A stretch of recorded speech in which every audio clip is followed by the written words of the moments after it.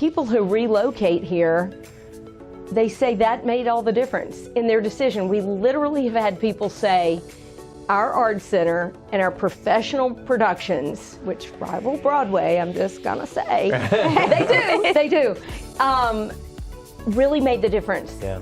We are having auditions for our fall opening show, which is Come From Away. You're gonna wanna see it. Sneak peek. Sneak peek, Only heard it here everyone. on No Real one knows Talk. this yet. So the theater holds 349 seats. Correct.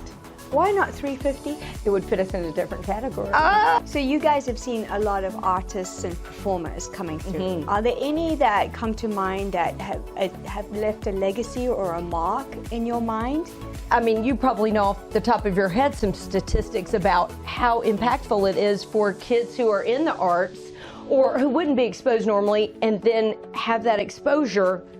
There's a less dropout rate, there's a higher SAT. I mean, it really changes their trajectory of their lives. And the finale, the crescendo of crescendo, is the Lantern Parade. Everyone, it's free. Everyone in the public is invited to come, bring an illuminated sculpture of your choice, and parade down the beach. Welcome to Real Talk Hilton Head with David and Dale Cross, the real estate lifestyle podcast of Coastal Carolina. Join us as we share stories from our community, insight into the local lifestyle, and the real scoop on real estate. From market trends to home design, we dive deep into what it means to live and thrive here. Discover the state of mind and philosophy of the Lowcountry that enriches life through personal growth, health and wellness, and human connection. Whether you're a local or thinking of becoming one, we're here to guide you through the ins and outs of living this coastal escape. Tune in, relax, and enjoy the conversation with Real Talk Hilton Head, The podcast of Coastal Carolina. This episode is brought to you by the David Dale team, powered by eXp Realty in Hilton Head. Welcome to Real Talk Hilton Head, the podcast where we explore the real estate, lifestyle, and the culture of Coastal Carolina. In today's episode, we're diving into the heartbeat of the arts in the Lowcountry, how creativity, community, and education come together in a powerful and meaningful way. Yeah, so today we're going to be shining the spotlight on the Art Center of Coastal Carolina. It's a place that does so much more than host world-class performances. It literally transforms lives, especially young ones, through art. You'll meet Alana Adams, the Senior Director of Education, who blends science and self-expression to ignite young minds. Originally from Noonan, Georgia, she has called Hilton Head home since 2006 and has inspired creativity at the Art Center since 2007.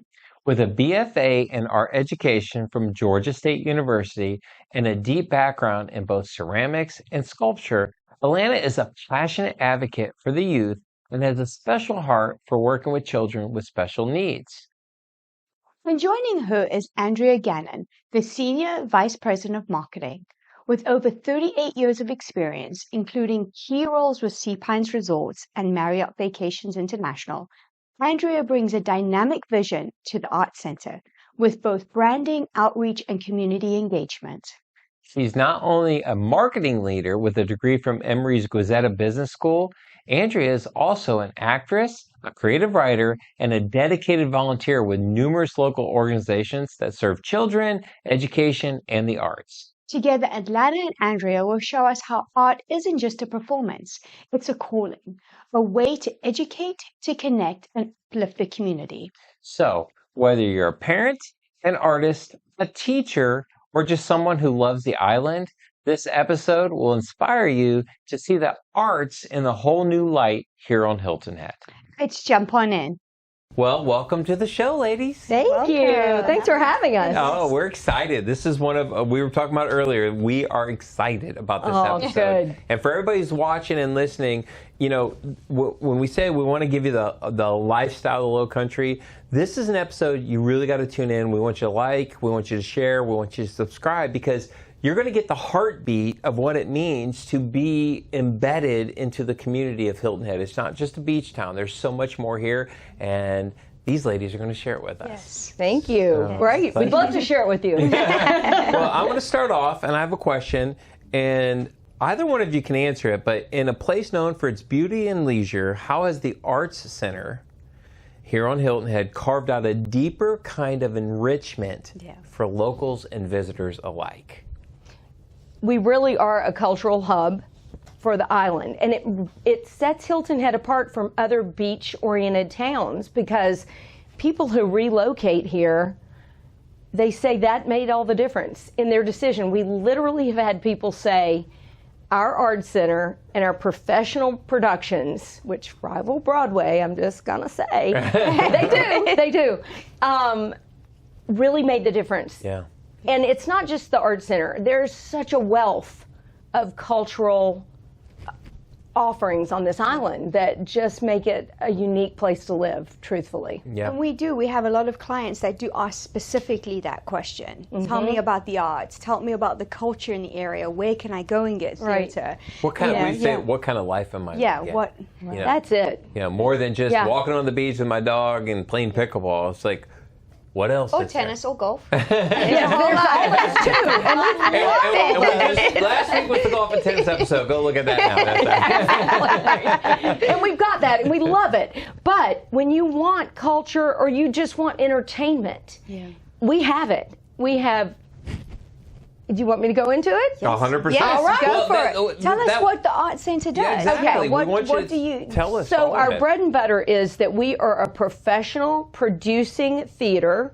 We're actually the largest in South Carolina. Wow. That has that standing. There are other theaters that bring in tours. We don't do that. We build a show from the ground up.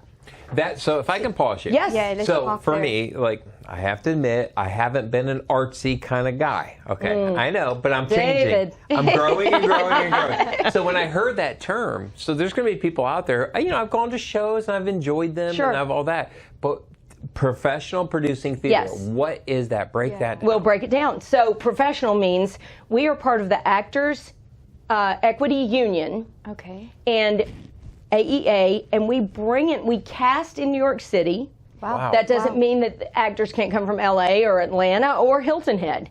But primarily our actors do come in from New York. They are auditioning as we speak right now. As we're filming this episode, we are having auditions for our fall opening show, which is Come From Away. You're going to want to see Sneak peek. Sneak peek, Only heard it here everyone. on No Real one knows Talk. this yet. So we're doing that. But we are right next to, in Pearl studios that are auditioning for Broadway shows. Wow. Okay. So these same actors are lining up. So they're going over there trying to get that. Exactly. Wow, and then they're coming over to. And they're thrilled to come and work here. They love our island. We just had a cast leave from Waitress. They raved over the weather and the beauty, and we house them in their second row ocean, so they enjoy all the amenities that all of us who live here enjoy by living here. But they also bring their incredible talent. Wow. And many have been on Broadway or will be on Broadway. Oh my That's goodness. amazing. Yeah, we have. So that's the talent you're getting It is. here on this little Correct. 72 square mile island. Exactly. in And we get these southeastern. people auditioning over and over. Over Once and they've over. been to Oh, Hilton yes, Head, exactly. Over and over. Because they That's wanna right. come back. They want to come back. That's right. Hilton Head. Wow. Yeah. So that breaks down the professional part of it. The producing part of it means that we get the rights to a show once we decide on our season and what available rights we have. A lot of people will say, why aren't you doing Phantom of the Opera? Well, because we can't get the rights yet. Okay. But the new cool stuff that we can get the rights to, the second stuff comes out, we are contacted usually even by the rights houses and saying, do you want to do this, et cetera. Wow. And the combination of the two of what we all know we would love to do with what's available puts our season together in terms of the 5 producing professional shows that we do every year. So that's- every year yeah. there's 5. Every year. 5. And how long do they run? It varies by the season, but fall is usually 4 to 5 weeks. Then we have a holiday show that's ditto 4 or 5 weeks. February's a little shorter, usually 3 or 4.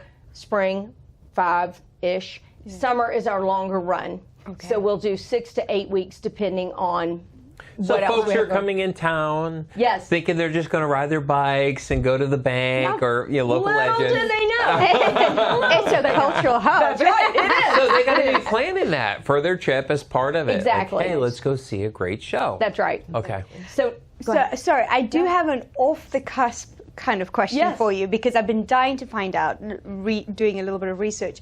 So the theater holds 349 seats. Correct. Why not 350? It would put us in a different category. Oh, I knew there had to be an answer. She was on it. She literally was like, I don't get it. Why 349? Why? So what does that do? So we are an SPT 7 theater, which means we need 7 equity actors per show. And we can have, the rest can be non-equity, and they're still equally amazingly talented. What does equity mean? That's a union. Oh, So that's got the it. actors Okay. I union, got it. but for Understood. theater. So for SAG, and it's film and TV is SAG, Got and it. this is AEA is for live theater. Got it. So we are part of that. So you have to have 7 7 per show. Okay. Right. Okay, so now if you had 350 seats, how many would you have to have? Oh, you know what? A lot more. Here's Sorry, I didn't put you on the spot. Well, the next category up is a LORT theater, and it just has different, it just has different things. Now, do we wish we had 500 seats? Probably, yes, we probably do, because what I can also tell you is, aside from our theater series, we have a presenting series as well. So in between those shows, and even during them, we bring in world-class artists of dance. Really? Yes, musicians, musical groups. We will have Broadway singers and Broadway groups. We had the Broadway tenors last year. We had amazing Laura Bell Bundy and Marissa. Help. Oh, help. Oh, God, you're going to have to cut this part, but I can't remember. Okay, wait. Comedians. Yes, let's go back to that. So we have a presenting series that has world-class artists from music, comedians, Broadway singers, talent beyond all recognition, and they will come in for 1, 2, or 3 nights. We've had Leanne Morgan twice. Oh, wow. You know the comedian? Yes, yes. And people will say, why don't y'all get Leanne? We're like, sorry you missed it, because we had her twice. Oh my gosh. And she sold out. So we do bring in a ton of talent. Yes. Those are people we bring in that we don't, it's not a created situation. Theater is separate. And then part of what Alana does is she handles all of our educational programs, and that's a big part of the Art Center as well. Yeah. Are you thinking about making a move to the Lowcountry? Whether you're searching for the perfect home, or you're exploring vibrant communities on the coast, or dreaming of a new lifestyle, we're here to help. Contact the David Dale team today, and let's make your dream a reality.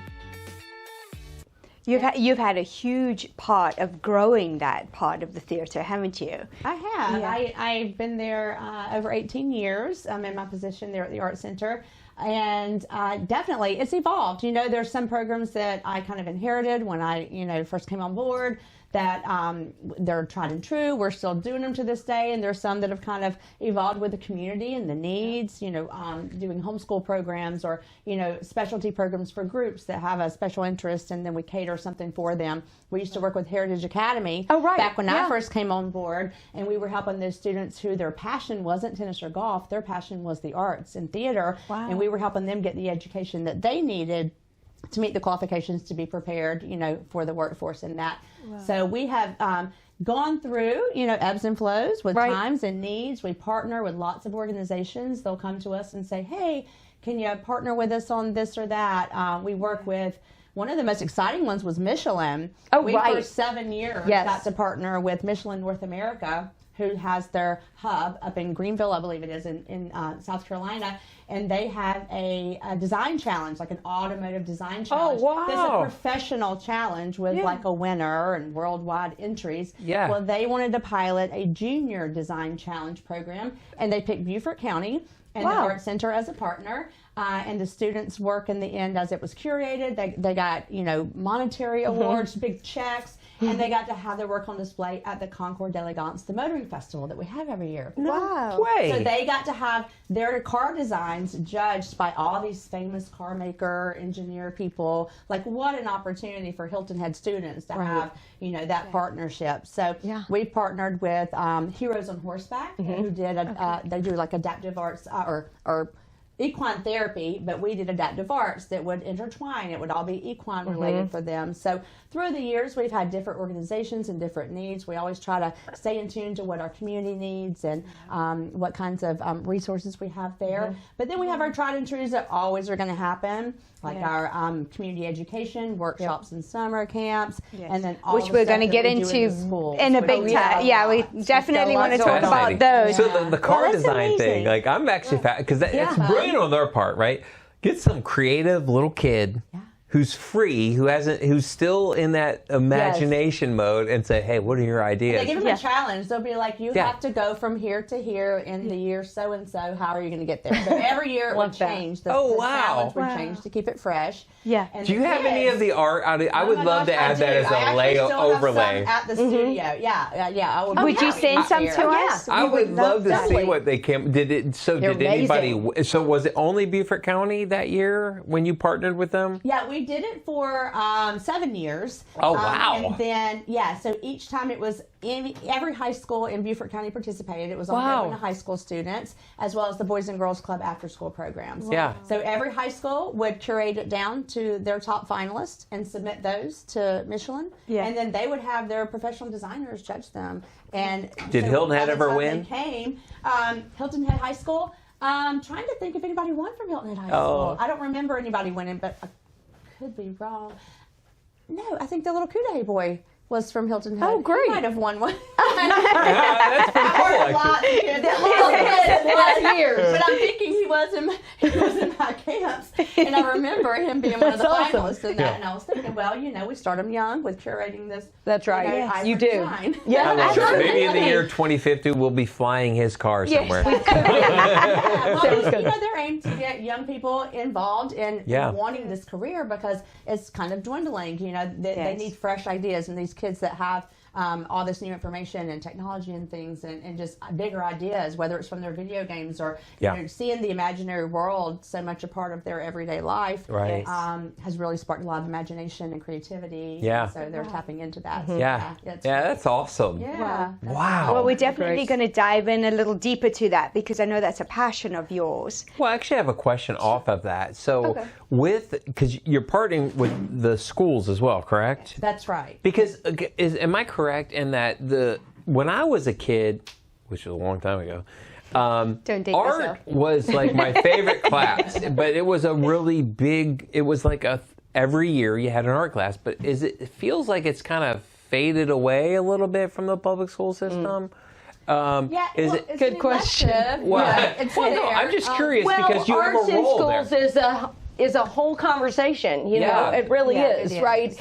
And I mean, you probably know off the top of your head some statistics about how impactful it is for kids who are in the arts or who wouldn't be exposed normally and then have that exposure. There's a less dropout rate. There's a higher SAT. I mean, it really changes their trajectory of their lives. And the reason why I ask that is just, as somebody, we're big on development and growth and thriving as a human, right? And as you get older, the one thing that I've come to realize was if I don't focus on imagination, it's very difficult for me to grow my business or to grow my life. You know what I mean? And then I feel like that's such a key point for anybody. It's like, for us, our clients are older, but that's why arts are so important because it keeps the imagination, which is life. Leads to the creative problem solving that we need every day in life, Correct. regardless. Right. There was, we had a keynote speaker at one of our Kennedy Center conferences, Daniel Pink, and he was a neurologist. He studied the brain and the way the brain's pathways worked. And his whole book was about how the arts, particularly music, it was like piano and the stringed instruments because you're having to work with both hands at the same time. Okay. How they did maps of the brain when they're doing that. And it's, we know the brain's a muscle, right? Like, Right. you have to work it to grow it to keep it strong. Right. And that's why, we say when we get older, do crossword puzzles and whatever, keep it strong. Sudoku and all that It's stuff. a muscle, right? And so they've learned by looking at the different pathways of the brain when it's doing music, it's the same as science and math. It's the same lobe in the brain that's working. Wow. And so those students through time, ended up, they were able to literally prove that Wow. like, they've strengthened that part of the brain through the arts. Yeah. And it's led to a stronger, math and science, and that where we're really trying to figure things out because Yeah. the brain is strong in that area. And it's cool because we always go to conferences and we have all these artists and art teachers, and we're all like preaching to the choir. And now we have a neurologist telling us that. I like Yes. that. Well- Yes, And that's it just adds a different level of we all totally credibility. appreciate it. Yes, Yeah, yes. sure. Are you thinking of selling your home? With our exclusive Elevate package, we combine over 50 years of experience, cutting-edge data analytics, our unique marketing strategies, and our extensive network to help your home rise above the rest. While maximizing your sales price and minimizing the time on the market. So contact the David Dale team today to learn more. Well, and I could see that though, because I mean, without imagination, you don't have life. I mean, life is creative. Like, we're creative beings. That's like literally what we are. And so you remove that, and I think all of a sudden you diminish. Yeah. Like, everything starts to go away. And that's why I like I said, I haven't really been involved, but the more we studied for the show, the more I'm like, oh yeah, like duh. Like, how did I not see that? Go ahead. And Alana, a lot of your programs are based on that, right? You put together the math, the science, the English to create the art for the children to express it within the And education it's programs. Sort of, we call it arts integration, and the idea is that when you're making art, you need certain basic knowledge of things, depending on what you're doing. If we look at Kandinsky's work, it's got angles everywhere. He had very strategic mathematical Right, ways yeah. that wasn't going to be 3 obtuse angles and 2 acute angles. Would that give me balance? Would it? Wow. So if you don't know that, if you don't know spatial awareness, then you can't draw in 3D in perspective. You have to understand angles and the way that lines intersect each other. Now we're talking about math, about geometry. That's awesome. You can't talk about pottery unless you can understand a little bit about. Let's talk about You need to home understand design. Clay. Yeah. Absolutely. Home design, spatial design in your house, Yeah, right? true. Product True. design, Yeah, that's right. I tell my kids all the time, you might not grow up to be a famous artist, but you're going to grow up to be someone who has art in your life and appreciates art and design, because when you go get your first little apartment, you're going to have to pick what kind of toilet brush you're going to buy. Yeah. Right? Yeah. You're going to have choices. It's true. First, you're going to look at how much it costs, Yep. but then you're going to be like, which one do I like the way it looks? Yeah. And we all have Or different feels, aesthetics. or makes me feel. And we all have different ways of, and that's why there's so many choices, right? And so it's like, it's a part of our everyday life, whether it's your bookshelf or your toilet brush or your dishes that you buy, right? Yep. And so it's something that we all innately have this need to make decisions about things and how they make us feel. Yeah. And the things that we want come Exactly. from that. So we don't even think of it as having anything to do with art, but every day does. That's right. So to your note, the arts integration, sort of the same thing.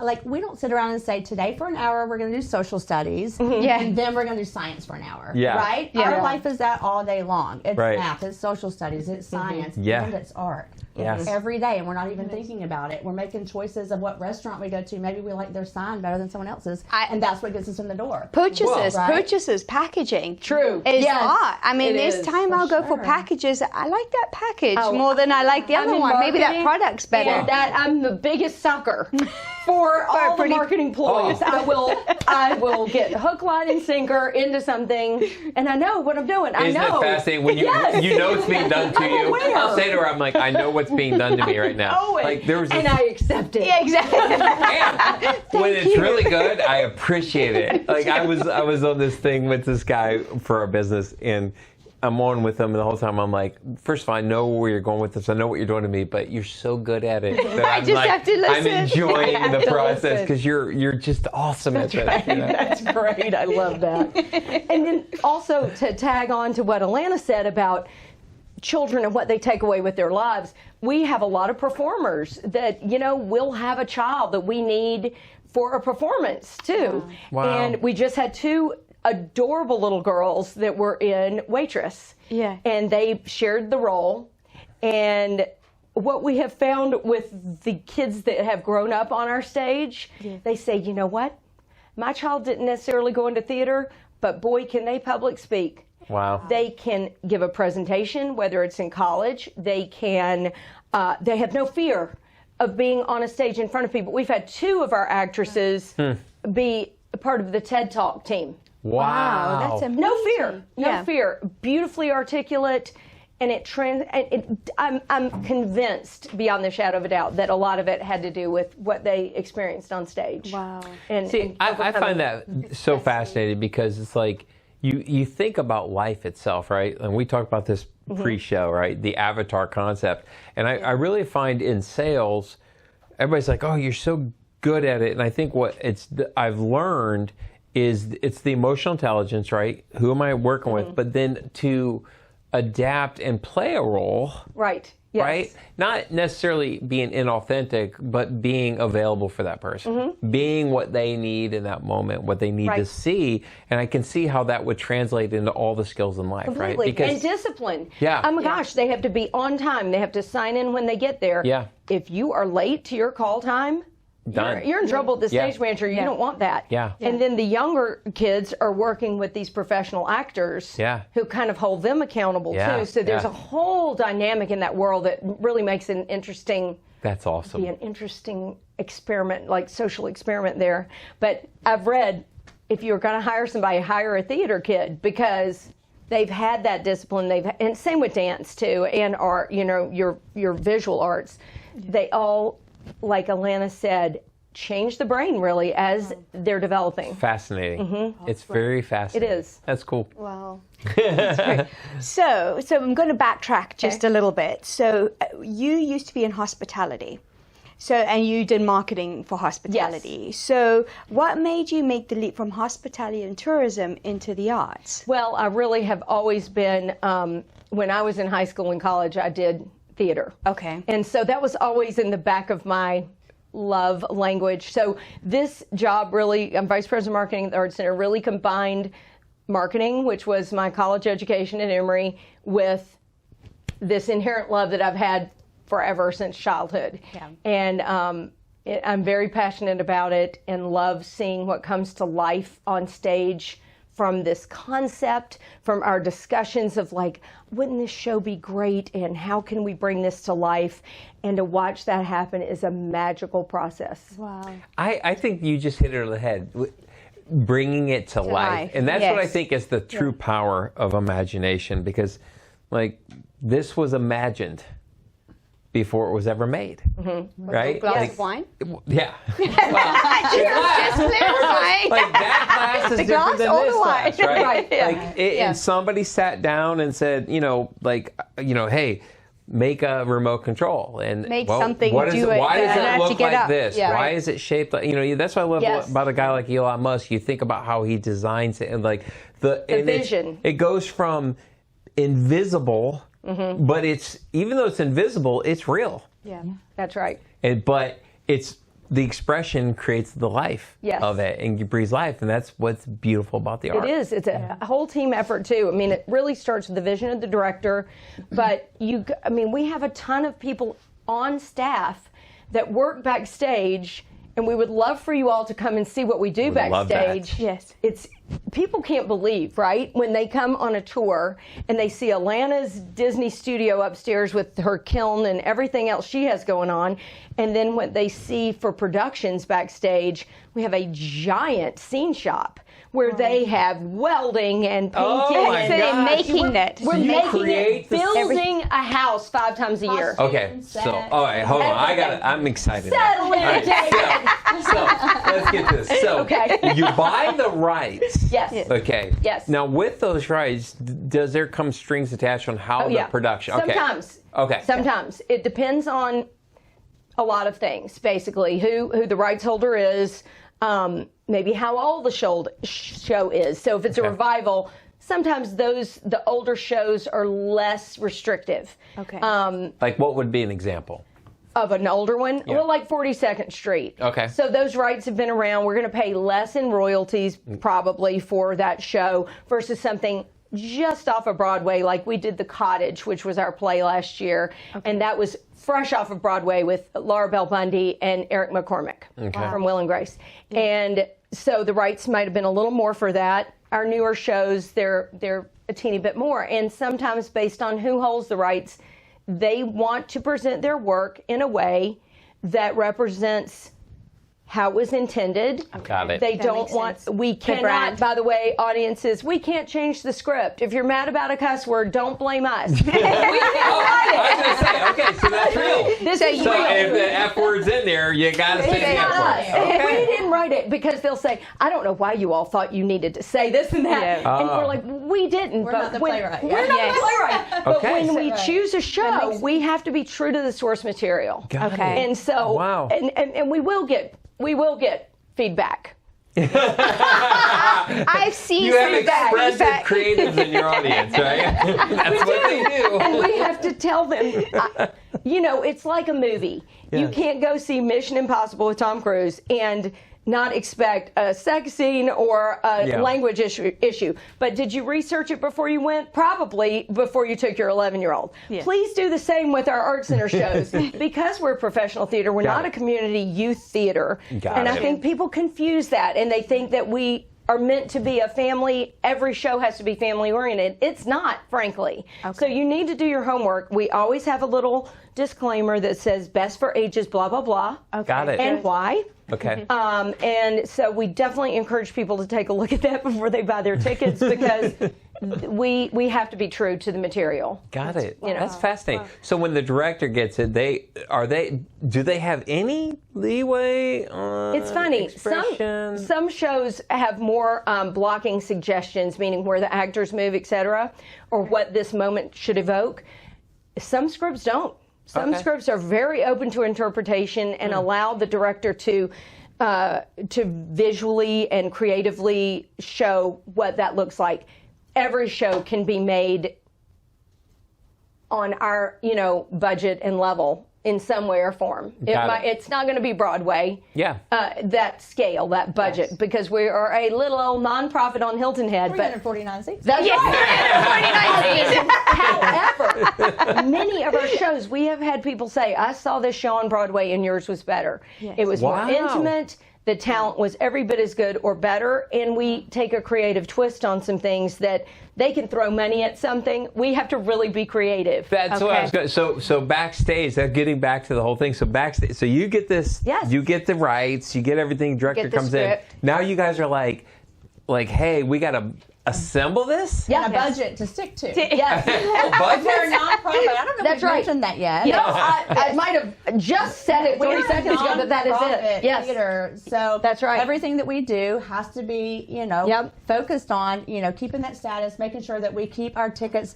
at a price where it's accessible Right. to our community, Right. but give, the high caliber experience that everyone expects when they go to a Exactly. live theater. Exactly. And if I It's could a just delicate say, balance with It a lot is. of smart people at the Art Center that are in management, Including you. making it all happen That's with right. every nickel and dime. Yes, true. if I could just say something to the audience, if you want to contribute somewhere on the island, please look at the Yeah. Arts Oh, Center. thank you. There, Hilton take Head donations. support. Your, Appreciate your, that. your Yeah. theater. Sorry, I wanted to just get that in there. And can I throw a little kudos our way too? SCORE, which is the group that it's a fabulous group. It's a nonprofit also of retired individuals who mentor different nonprofits. They worked with us last year on a new strategic plan, and we were just voted SCORE's Nonprofit of the Year. Oh, that's Very honored by that. That's Very great. honored by that. Here, here. But, Let's cheers. Cheers. Congratulations. Could have some fun on a podcast. That's outstanding. That's No, real. we're That's very- something to be proud of. well, that we were is. very proud of that and delighted. It was a surprise, but Yeah. So I have a question for you back to building everything. Obviously, we're on a budget. The directors, where are they coming from? Are they local? Are they in New York? Or what? we have, I think, one that's local, and the rest are from New York. Okay, so they So do are you cast for that as Actually, well? I take. Well, not cast exactly, okay. but yes, that decision Contracted. is made. Contracted. Contracted. Okay. Okay. Exactly. Forgive me. Right. No, you're right. I'm being learning. cultured as the show goes. exactly. I'm learning. I'm growing. Last year and this coming year, we have 2 that are local, and the other 3 are from New York. Wow. Yep. So It depends because some are like great for musicals because we do some That's that right. are just plays Yes. and some that are musicals. Yeah. And then some people have a gift in one area That's or the right. other directing, Exactly. and different Yeah. people have different talents. For example, take that into our consideration. summer show is called Summer the Donna Summer musical. Yes. That is I our saw that. summer Yes. show. Actually, Say I saw summer one more it time. marketed somewhere. Thank you. I Someone did see marketed it. Good. Somebody did. And the director for that is Patro Harris. He won a Lifetime Achievement Award for directing, and he's also the choreographer. But we chose him specifically for this show because he had done it last year and had really made a lot of, he figured out some areas that were not great in the book and was able to present it in a great way. That's awesome. Because it is Donna Summer's music. My gosh, she's got 30 plus songs in that show. Yeah. There are 3 Donnas. There's a young Donna, wow. How and the cool. diva Donna. So it's going to be really fun. But that is another example of we looked at the show and then said he's going to be the best person to direct this because he's had experience with it. He knows its pitfalls, and he knows how to make it better. So we're excited. Who is picking those people? Who's doing the casting and who's contracting? So really, 2 people. Jeffrey Reeves is our CEO and president of the Arts Center. Okay. And Richard Feldman is our vice president and general manager. Okay. He is actually with our director for Come From Away right now at Pearl Studios in New York City. And doing the casting on site. Wow. They wrap in a choreographer and the music director as well to help with that. And usually we'll get a reader from New York to help with the actors, et cetera, and doing scenes. But so Richard and Jeffrey are really the ones that kind of discuss who the directors will be. Wow. And they know who's done what, and they've both been there 20 plus years. So Yeah. That's fascinating. Yeah, it it's is. great. It's really cool. And then Richard and the directors get to help with to do the casting. Oh, at well, that point. Richard and the directors do the casting. After that. After First that, you got to figure exactly. your director That's is, right. and then they work yes, together sorry. to do the That's casting. exactly. I got it. Okay, Right. of course the director wants to pick who they, Yes. because they've That's got to pull out of them. So these actors are almost like instruments, and they're looking at them like, okay, what can I pull out of you for this role? Exactly. That's fascinating It is. to me, to be able to spot that in a human talent. and pick it up and be like, all right, I can take this character and you shape you into it. I mean, that is a really... It is. It's a talent. Yeah, it is. We had Something Rotten, which was our season opener for this current season that we're in. So that was last fall, 2024. And there were over 6,000 people to submit. Wow. What? To submit. So they submitted their videos. The director and Richard sorted through 6,000? And they have they to look have at to them all, sort don't through they? that. Well, Pretty much. they sort through and look at, some are obviously wrong for the part. Yeah. So if that's, if it's completely wrong, they might not. But I'm not speaking for them because I get it. knowing them, they probably do. Sure. But they cull that down to about 200 that they will see in person in New York. Wow, that's a lot Yeah, it's of people. a lot of people. It's about 3 days and callbacks and dance calls and acting. And do these 2 have chemistry? So it's... Well, I've often thought about that too, because there's this show we're watching now, Suits. You ever see Suits? Yeah. Mm-hmm. Suits LA. Yes. Oh, I hadn't seen that one. It's Okay, good. what's the new one? Oh, yes. Oh, good. But there's this relationship on camera. The one guy that went to the I forget his name now even, and they're kind of in the relationship, and I'm always like, it doesn't fit for me. Like whoever cast them, like I can't see them being together. Doesn't feel authentic. No, it's like you're like that would never happen in real life. Like who casted him? I think about That's that. funny. Yeah. No, it's true. It makes a huge difference in the success. And being able to figure that out. Well, that's pretty cool. So you guys have seen a lot of artists and performers coming through. Are there any that come to mind that have left a legacy or a mark in your mind? Do you want to take it? You go right ahead. You jump in, Jen. We had Leslie Odom Jr. for one of our spring benefits, and he had just received the Best Actor award for Hamilton. Wow. And And he was here? he was here, and he performed for us for our spring benefit, and he So was just huge people are coming huge to the people. island. Huge Yeah. people. Ian Morgan was amazing. I'll never forget Ben Vereen. Oh my gosh. He was so We had Ben good. Vereen here? Oh yeah. Our opening performer that kicked off the Art Center was Bernadette Peters. Oh my goodness. We've had some really amazing people. Talented. Do you have a lot of former or actors who live here? Yes, some. So, in fact, to bring it back to Alana, we have 2 people who are going to be doing her summer camp at the end of, when is that? The July? At the end of July. End of July. Meredith, and Meredith Inglesby and Steve Blanchard. They've been on the Art Center stage. Meredith grew up here, but they're both Broadway actors. In fact, they met at Beauty and the Beast. He was Beast on Broadway, and she was Babette, the French maid. And they met at the call at the sign-in. Oh, no yes, way. I've heard the story. It's quite romantic. It's so cute. Oh my gosh. So the 2 of them are going to be teaching summer camp for, and they've been. And we're excited. We're so excited. That's We're so amazing. excited. All right, we They're got to gonna do bump like an this episode up, and it's actors really. And backstage stuff and how to nail not an just audition. Like making a play. Like we No. do have that next week. Is we'll have one Yes, where you Brooke create a Presidia, play, and you write your own amazing. play. But they're going to do like real workshopping with the students. Wow. Yep. Wow. So yeah, let's dive into the camp. Into the craft of acting. We're Absolutely. excited about that. So excited. Yeah. It'd be great. Tell us more about the camps. So you were just talking about the crafting. The kids are coming to spend a week with you. And all of our camps are a week long, Yeah. and they're in the visual and performing arts. So we have everything from the theater. We kick off next week with a theater camp, and then we have a clay camp. We've got several like visual arts camps where you come and make art. We've got performing arts camps. Our Take the Stage camp is where kids can dabble a little bit in acting and singing and dancing. Wow. We pair that one with the Mixed Up Masterpieces camp, which is the other half of the day. So if you want your child to get a little bit of all of it, you can bring them all day, and they'll do some visual art and some performing art.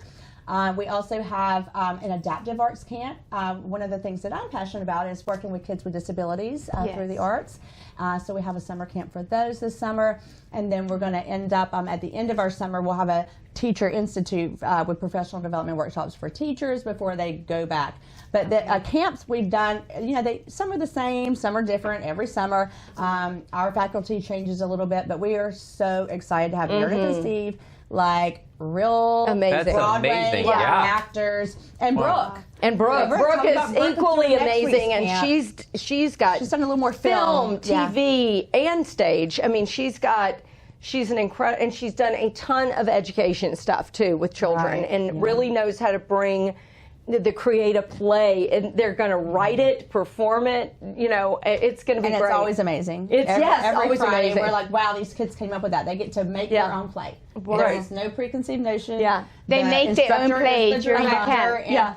And just helps, steer them in directions or away from directions, I should say. While teaching them about character and plot development, and, we have to have, a conflict. We have to have a resolution. Right, exactly. All these parts of a story that we're learning in language arts, which is part of our arts integration, right? It's all tied into everything else. So we're excited about that one. And every year, I always joke when I'm doing my, welcome parents, thanks for sending your kid here. This is a one-night only performance.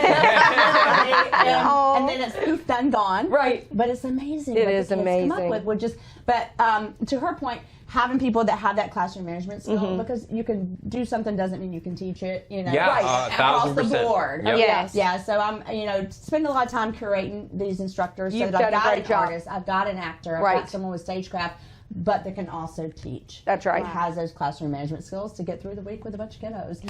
And they're creative kids, because we get the kids not that are going to soccer camp. They're coming to art camp because their parents think they're going to enjoy art camp. They're a creative spirit, or they love to sing and dance. And so we end up with lots of energy. Lots of creative energy in every camp session. You're right. Because they had other choices of what to do for summer camp, and they and their parents I feel like chose the arts. almost every kid, the more I listen to you, both of you, the more I get fired up.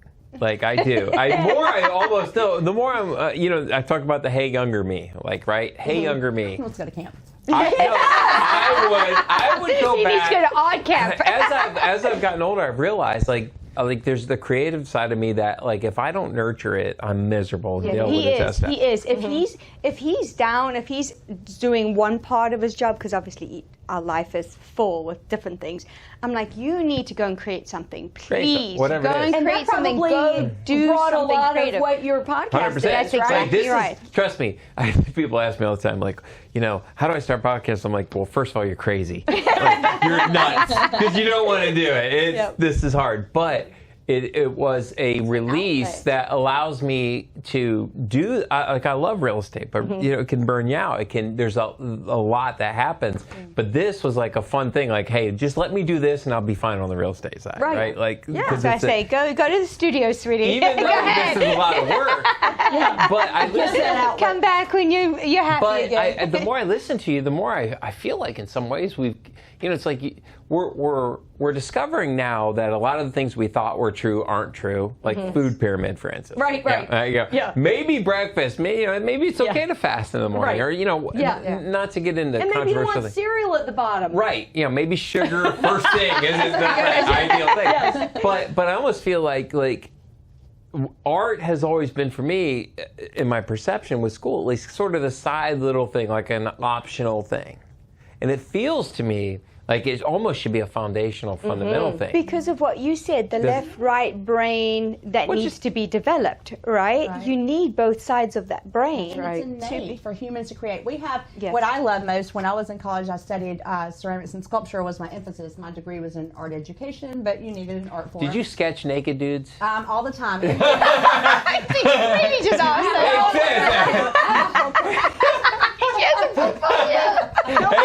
It's a podcast. Yeah. Maybe move a little bit closer to the left because you're slowly moving out of the. Oh, sorry. Okay, so the chair. I need to go down The chair. The chair itself. Yeah, Okay. Sorry. All right, there you go. Because we're kind of out of the. there we go. Okay. She's floating. Sorry, I digress. I just Yes. want you to get out of the frame and face. Perfect. We don't want her out of the frame. Good job. And this will all be edited, just so you know. That's like a good big scene. Yeah, it's good. Thank you. Okay, So back to the naked man. Hey, do not share that with Dale, please. We all have it in portfolio. But, we have cave art, right? We have pottery shards, that tell us about civilizations, ancient civilizations. Yeah. We know that people have always had, we had Greek theater. That's right, yeah. I mean, everyone has always had a need to create, and we know this through the artifacts that we find. And history is told through them. Everything. Yes. Exactly. Correct. Yes. I just did a whole lesson last week at the Boys and Girls Club about the Rosetta Stone and what an aha moment it was, because we had the hieroglyphics and we didn't know what to do with them. And it unlocked it. And then finally, there was someone who could bridge it for us, and I love how that changed, everything we know about Egypt. But without those marks, without those pictographs, we wouldn't have that information. So that's just one example. That's you've a great got cave art example. on every continent. You've got pottery shards on every continent. Yeah. We can learn about civilizations from their pottery. How close were they to the water? What kind of sediments did they have in their soil? That erosion has changed through time. Yeah. We can find out, maybe were they, a traveling herd of people, or they're staying in one place. Oh, wow. By what kinds of utensils and tools and pots and things they were using. Cool. What kind of textures they have. If there's rope or there's seashell scrapings. Oh, this must have been seaside at one point. This piece of land, because they had access to shells, because we see shell markings. Yeah. So archaeologists thrive on the art of our ancient civilizations to tell us so much about the story. It's fascinating. Storytelling. And the Always cave back to painting. storytelling. How about cave paintings in Africa? Absolutely. That's showing you what happened in Australia. Yes, And the Aborigines. Well, and I feel like today, too, we're moving into an era where everything now is, it's visual, like video. You can't do anything in life right now unless you're on video or a podcast or something like that. Right. It's visual arts, it's storytelling, it's connecting people. We're in real estate, but what are we doing now? We're connecting people to the creative side and all that. And to me, it's like, oh my gosh, the more I sit and listen, I'm like, this is just foundational. This is the piece of life that we really all is. need, that everything kind of flows from. It's not this side little thing. It's sort of center because everything flows out of it. Yeah. And what's different than being at home watching Netflix is that you have a shared heartbeat. I've read that your heart beats it starts to sync with everyone in the theater. Oh, yeah. And so we're all doing Yeah. that together. And what a great communal thing. Oh, yeah. Is that we're all experiencing this Or you're together. all crying at the same time, right? Yes. Like, we'll be sitting there watching a show. She's like, "Are you crying?" I'm like, "Yeah." She's like, "I am too," right? It's true. The theater is live. Yes, so that But, yeah, in the energy of theater, the people. Everyone's field trips. Yes. We were fortunate to have Ranky Tanky come my for the gosh. second time. They're a Grammy Award-winning Gullah Roots band. Amazing. And we had them for a field trip performance. We were talking about earlier about age appropriateness. We do have a field trip program that is specifically designed for younger audiences. Okay. So, they can come, and lots of our kids don't have parents that can bring them to the theater, whether it's accessibility, transportation, the cost. So we have very subsidized tickets for schools to bring kids to the theater to see things that are age appropriate. So one of the things was the Ranky Tanky, and the theater, the vibe in the theater of 349 students with this music and feeling it, and you start seeing a little bit of movement. And by the end, like, all the fall-down chairs are bouncing, and we're like, "Oh, don't spring one of these on me." Oh my gosh, we're gonna have to fix that. Yeah, you can't be breaking things in here. But they're bouncing up and down, and it's just their energy feeds off each other, and it does in a live theater. In What that was way, the so dance much. one we had last year, too? And it was this great.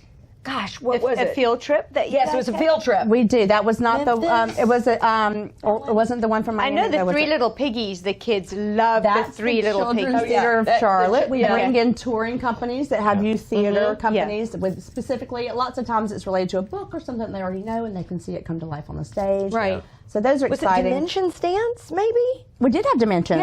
Yeah. And the field trip, was it when they brought them on stage? They brought the kids Some on of the stage? kids came on stage. Yeah. It was the sweetest thing because the dancers had gone through and said, and they were all people of color, and they had gone through how their lives had not necessarily predicted that they would be doing this, but they told of their personal circumstances and how they made it to be a professional dancer. And then they got these kids, but they were riveted. They were literally leaning in their Wow. chair. It's so fun to watch them because you see their transformation. Yeah. And then they all wanted to get up there. There were like half the And the audience. boys just seeing boys on stage. Yes. Men on stage dancing. Yes. In their mind, ballerinas were supposed to be right. girls in tutus. Right. And now they're seeing some men who are Powerful. strong, Yes. powerful men Yes, making yes. this happen. Yeah. And it Very opens up that cool. opportunity for them. It's a I sport. hate to sound hyperbolic, but it is life-changing. Yes. No, It really is. I feel it. Like just talking, like I'm so thankful that you came on the show because, like, for me, it's like I in my head I'm exploding and things like, oh my God, like I want to be more involved in this world because it's like how this is missing from my life. You know what I mean? Yeah. And just it inspires me. And also I want to say something as you're bringing. Listen, if you're a local, if you're a Lowcountry, if you call this home, if you're coming here, and you want to embed, they just said something that you have to pay attention to. You've got access, you got resources. Help this group, help these kids get there. This is subsidized. Pitch in, do your part, be a part of the community. You want to be embedded in Lowcountry? Be embedded here because you're going to change lives. So. Even if it's not financial, it's volunteer work. There's plenty of positions that they need.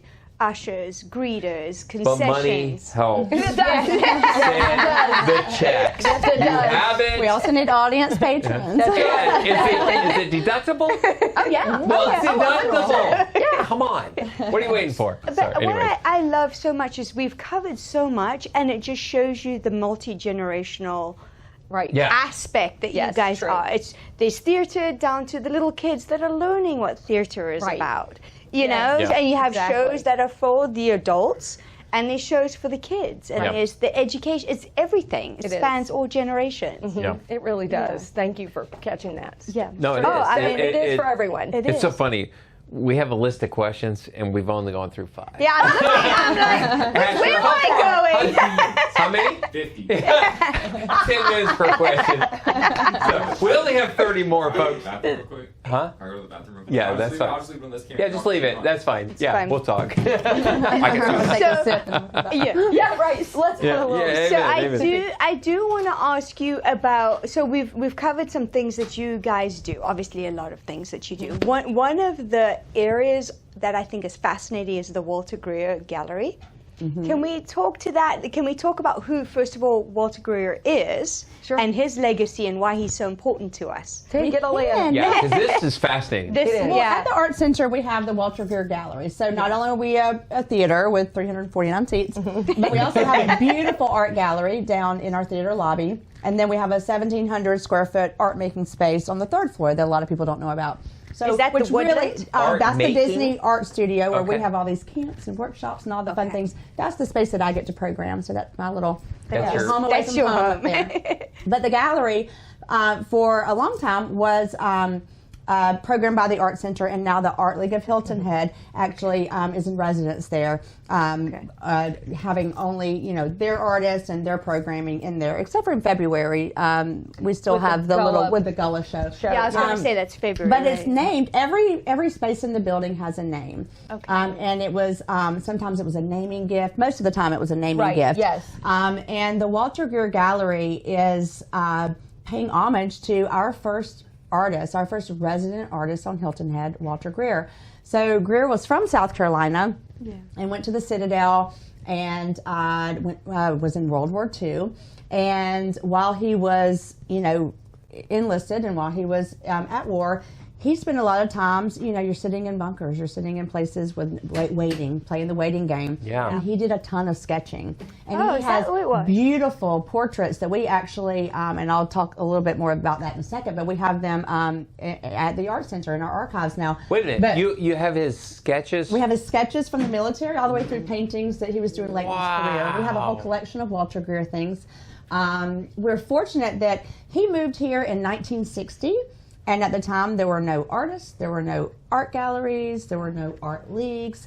He had just probably come. no roads. Sea very few. was about all there was on Hilton Head. It was just sea pines. Yeah. So he came and fell in love with Hilton Head and very bravely decided instead of following, his family had a company business. I think it was something in textiles, and everybody just did that, you know, where they were from in South Carolina.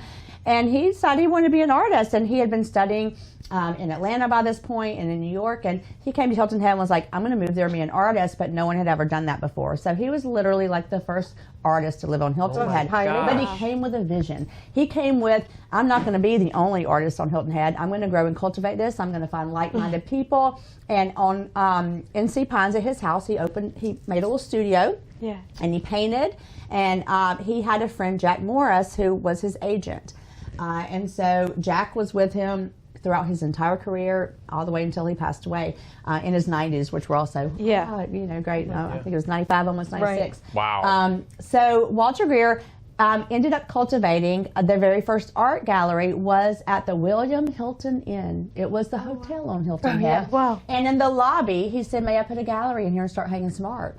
You know, they needed something on the wall, so they're like, okay, you can put some art in here, and before you know it, there are big opening receptions. He's recruited other artists, and they're having these art shows at the William Hilton Inn. My. So eventually he finds enough people, he recruits enough people, they've got 3 or 4, and they start this round table, and they're having these weekly, they literally sit in a room, all the artists, and just talk and explore what they're doing, you know, such this magical place, this round table, they called it.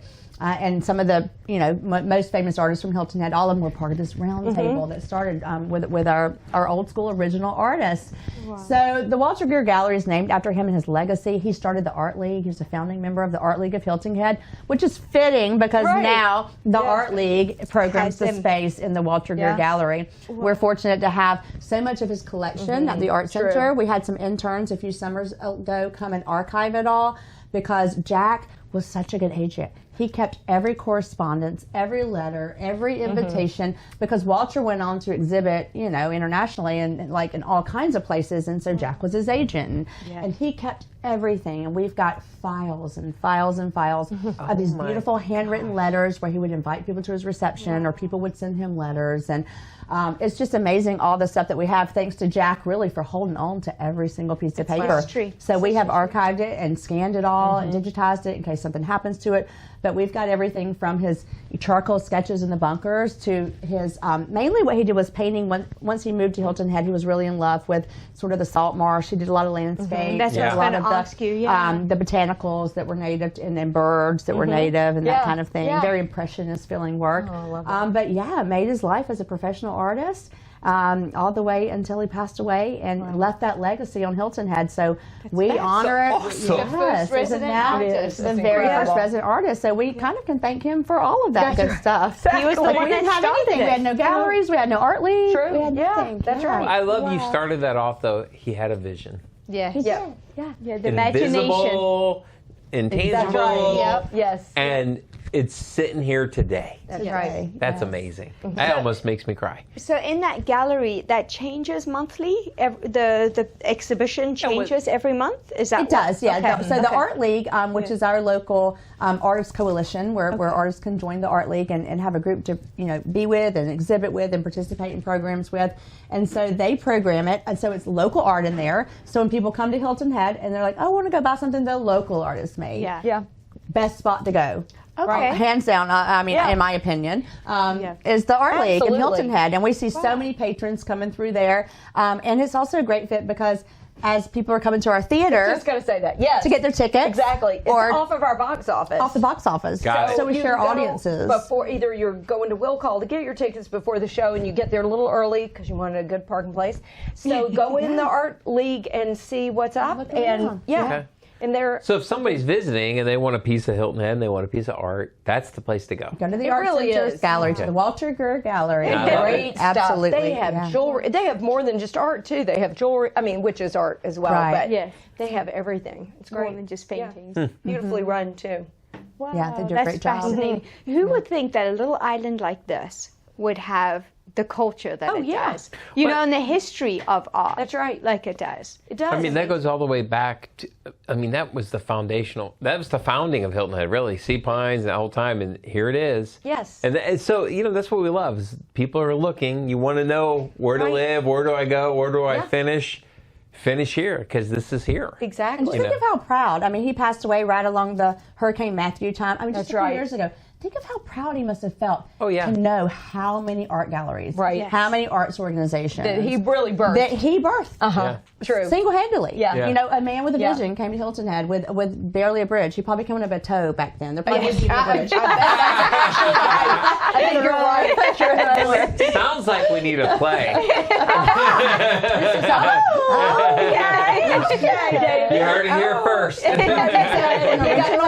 we need an original piece. I think that's a great idea. I mean, because that's a story worth following. Yes. That is you know? a great Yes, story. and his I love wife that- Margaret was just so supportive and such a big part of it. I That's mean, right. really, Yeah. like he was the staple and still is. It's for funny. what we have here now. Because as you were talking about the table, I was trying to picture the table. Like, what did the table look There are like? photos of it. I'll have Is to there? find some for you. I would love to because see it. We have slides like from the carousel Yeah, yeah, projector. yeah. We've got slides from his be fun to exhibits and insert things. those. Yes. And we Yeah. actually do We'll have get you some. We'll have to find That'd some of be the great. archives. I'd We've love, got even one for or the two show to do photos of the normally, round I'd table. love to see the table. Well, Let's a couple of women, and it was kind of forward thinking to let women be a part of this thing too back Especially then. back then. back yeah. then, Yeah. Yep. And it was open to whoever had the same vision he had, great. and he curated who could be in the little party. Sit at the table. Who could sit at the table. Exactly. Wow. Yeah. That's really cool. That's great. Yeah, That's very a great cool. legacy. Wow.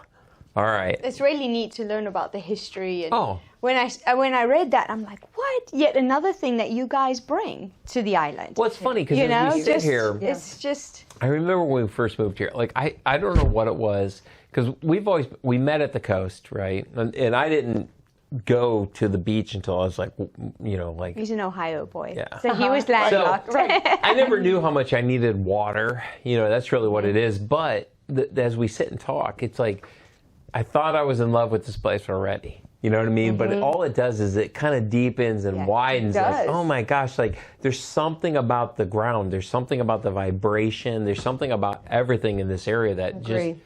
Do you guys feel the Totally same way? feel it. Yeah. Yes. It feels when you come back from a trip and you Yes. come over that bridge and it's like I loved going. That was great. But look where we live.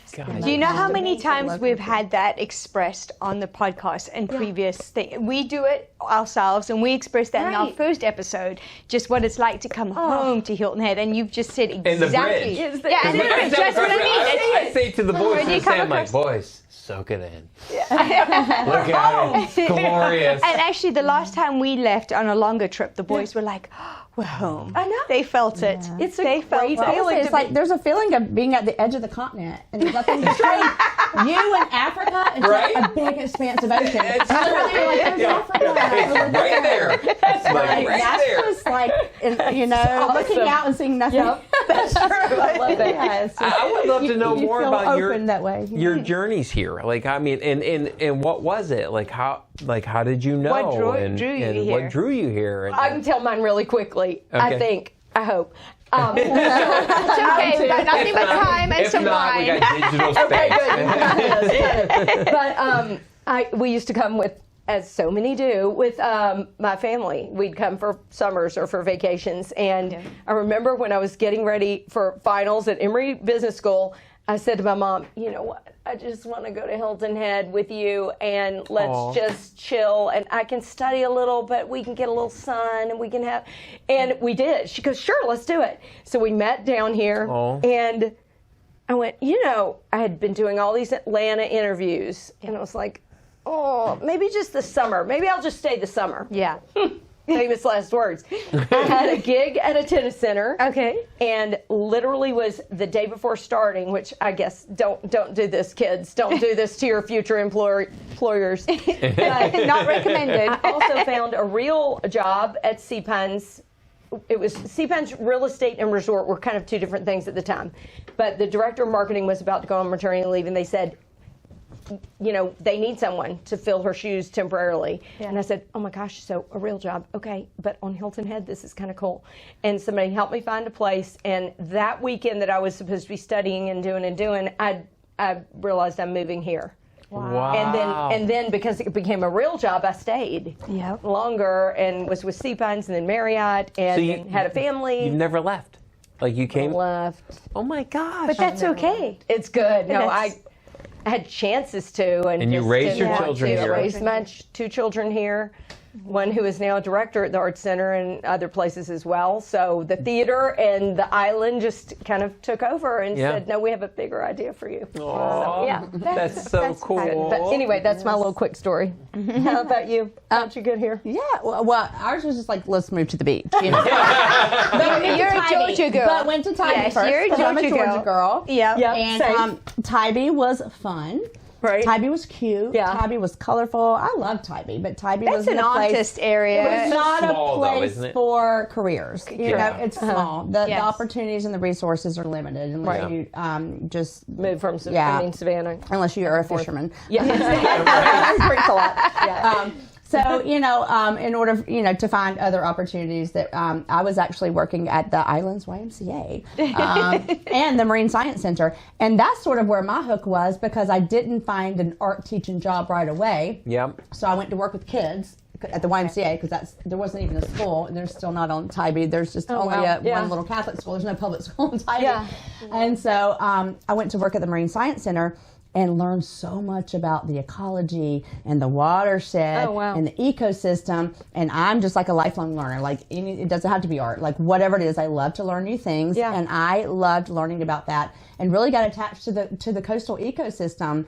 And then moving to Hilton Head was sort of just literally for careers, but sounded disappointing to me because in my mind, I lived in my little coastal village with my turquoise and pink and peach houses and had that. But after moving to Hilton Head, soon thereafter, I moved here. I'm like, okay, what am I going to do? I had the stigma in my mind. They're all taupe, beige, and tan houses. And everybody's got taupe, tan, or beige hair. And gray. And I was like, this is just going to be bad. Honestly, that was the stigma that, and this was almost 20 years ago, but that was the stigma that I had about the place. And I thought that does not sound exciting at all. Yeah. So, but after moving here, I did my little research. Where are the arts? Where are my people? Where are my tribes? Found the art center. Mm-hmm. My first job, I mean, I landed that job like maybe a month after moving here, and I've never left. I've been there ever since. That's amazing. That was my place. It was my place. great. I got lucky that I walked into the art center Yeah. with my resume. There was not a listing for a job opportunity or anything. I just walked in. Oh, really? And said, I I'm love new to that. the community. Oh, fun. And I have a degree in art education and a background in that, and I've run a studio and I've taught, and if there's any way I Cool. can Good for volunteer you. even while I get settled into the community, let me know. And Gail greeted me, and she said, as a matter of fact, that office right there is empty because our former director of education has just recently retired and left, and gives Kim Keats. And Oh, That's wow. divine. Wow, and she that was is divine. and there was no listing, no anything. Wow. It literally was. It That's literally divine. was. You're That's meant to be here. amazing. And then within 2 weeks, I got hired for the job. I love and, that. And you can't imagine what else I would do. You can't know, imagine it's you such a not good being fit here. because I get to do the arts administration stuff. And I still get to teach art, and I really think that's what's kept me there so long. You know, Right. in the 18 You years, got hands-on. is I get to do left brain and right brain. Yes. Yep. Because I need them both. I thrive. I'm happy to do my budgets and have planning meetings and to plan artist residencies and scheduling and contracts and all those things I need to do for my admin job. But I love that I also have the opportunity to go out and teach and to work with the kids in the community and to go to the Boys and Girls Club and to go to the schools and really, touch all those lives as well. Not only from planning it, but I get to teach too sometimes. Yeah, so that's great. Getting to do that really. You just said something is interesting perfect. I wanted to drill down on if we could. So the left-right brain thing for you, do you think that that would apply to everybody? We all need a little more of that, the left and right brain? I do, and I feel like sometimes, and that's always one of the things that when you're looking at jobs in the arts, and we tend to be creative people, finding people that are organized and good with things like that, because a lot of creatives aren't organized. Yeah. I don't know that some people are definitely stronger or one or the other. Right. But in our life, we just need You both. need both. You have to find that balance. A lot of our people really have both. I really feel like that. We will sit in planning meetings, and then people are talking, while we're waiting on that last person, what shows are we watching, or what good movies have we seen, or what good plays have we seen? Yeah. Or did you see Definitely. that new Banksy stunt he pulled? Exactly. No, you're right. We're all creative people in that way. Our whole management team is that way at the Art Center, that we all bring a different set of visual or performing arts, But we're so passions. detailed too. Yeah. I mean, but everyone also, on our management staff, and it's like a little puzzle, and it all it just works. is. Everybody it is. brings They're their strengths. so detailed. But So for sure. which side of the brain is organized? So Or brings them administrative side? Isn't that the left side? So and the right side is the creative. Crew, is that what right? you're I saying? thought right Is that was what- creative. there's a great book. Right, creative, left, Okay. right. Well, there's a great book called Drawing on the Right Side of the Brain, and it goes over this whole thing, because the thing is, for drawing, you don't need to be creative. You want to suppress your creativity, because when you're drawing, you want to draw what you're seeing to make it look realistic. There's no room for creativity there. It's true, because right? there's something So you there wanna you need to. interpret. That So makes You sense. want to draw Like- on the right side of your brain, but you want to be creative with the left side when you're painting, I guess, or whatever. Oh, wow. But it's literally, it is because you want heard to of that. suppress your creativity. Literally, and it's a fascinating book, because it's like, if you want to draw something, draw it upside down, because your creative, side's going to be like, oh, I want to do this. Or I think that we have 5 fingers. Well, maybe you can't see 3 fingers and from that position or whatever. Okay. We always, you see children's drawings, they will have 10 fingers. Yeah. 5 over here and 5 over here. Yeah. But in most life drawings, we're sitting or doing things, and you can't see Can't see 'em. fingers. Yeah. But your imagination wants to imagine they're there. Wow. So really, artists have to, to be a crafted artist, Yeah. you have to Have work both. on that. As you said, you really need the both. Well, So I'm trying to figure out which side of the brain I am, because I'm the organized one, he's the creative one. Yeah. So But am I I could the be- left I side could of be the organized, though, my You own can. right. We've trained Yeah. your brain to be organized, Well- but he's training my other side Well, too, to be I say creative. this because- I get very uncomfortable with the creative side, and I'm having to force myself to do it. And in the last couple years, and he's learned to be Well, you're more kind of the organized. perfect pair then. Yeah. Well, that's why I'm You're the sitting here mathematical laughing. logical. Yeah. There's 7 Yeah. intelligences. This brilliant guy Gardner came up with all these 7 intelligences, and we all have at least one of them and multiples of them. And we learn Oh, this I in got one. education. Yay. Yeah. Excited. Mathematical logical. Yes, because there's a right and a wrong. Yes. Right? And, Oh, totally. And there's a Oh, right and that's wrong. totally And different. then when we get creative, there's a big gray space, and it's uncomfortable for a lot of people to be in that gray space. There is. Yeah. Well, it's Totally. I'm Well, like, it's it's funny right you or say wrong. that, because we talked about, our whole thing is keep growing and growing and growing all the way to the end. That's all I want to do, is grow to the end. But I've come to this point in my life where I feel like it's about harmony. And harmony means it's like it's all of it, right? Like harmony is learning to live within all the extremes, all the polarities, and finding a place where you're not judging it, you're not doing any of that, but it's just this harmony point where you can accept it and kind of embrace it, and then be at peace and at rest within it, because you're not trying to control it. And so when you say the left right, I feel like for a lot of people, especially in real estate, you meet a lot of interesting people, right? They're all different. You got your CEOs, you got your, we know a lot of very successful multimillionaire business people who are, right there.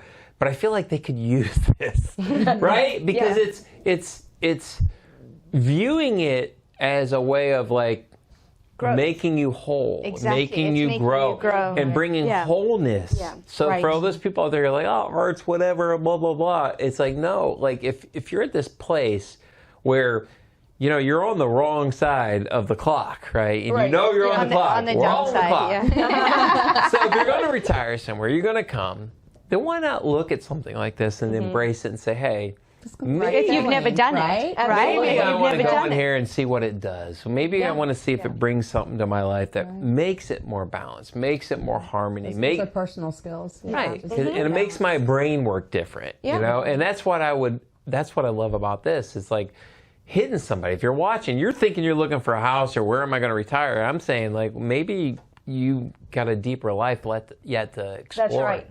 Well, and that's what this place does, though. The very thing that we love about Hilton Head. Don't you feel like it's a mystical place? It's a mystical place, makes you grow. Absolutely. It's like a portal. It's like it opens you up. Like, welcome. Yes. It has something for everyone versus just the beach, just golf. Like Tybee. That's when you were talking about Tybee. I felt like that's the limitations in a way. Right. It really is. It's just a beach town. And other coastal communities suffer from the same thing, and we have the draw of like a big city with our culture. Yes. There's other theaters besides the Art Center.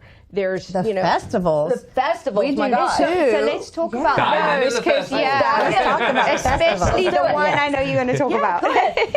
Well, we have 2 festivals each year. One of them is our holiday festival to kick off the holiday season. It's the Town of Hilton Head official kind of tree lighting festival, our kickoff. And so we do that, around Thanksgiving when the holidays are starting for everyone. Yeah. And that's, as we talked about, bridging that age gap and having something for everyone. Our festivals are the place where all the kids, all the adults, all the grandparents, everyone can multi-generational. Yeah, in fact, tons of kids perform at that. Okay. And then we have whatever our holiday show is, we'll have cast members come and perform as well, but we have a stage and we have art activities and Santa comes and all food trucks, beer, wine, all the fun things. And then in February we have our Voices of Gullah Festival, which totally the whole thing is to celebrate our native Gullah culture. And so I know that people moving here might not know anything about the Gullah culture. It's the number one question. Yes. Especially when you're driving around certain areas. What is that? Or is it Gullah or is it Gullah? Yeah, exactly. What is that? People? Is it a language? We're not really sure. Yeah. A lot of what we do in the education department is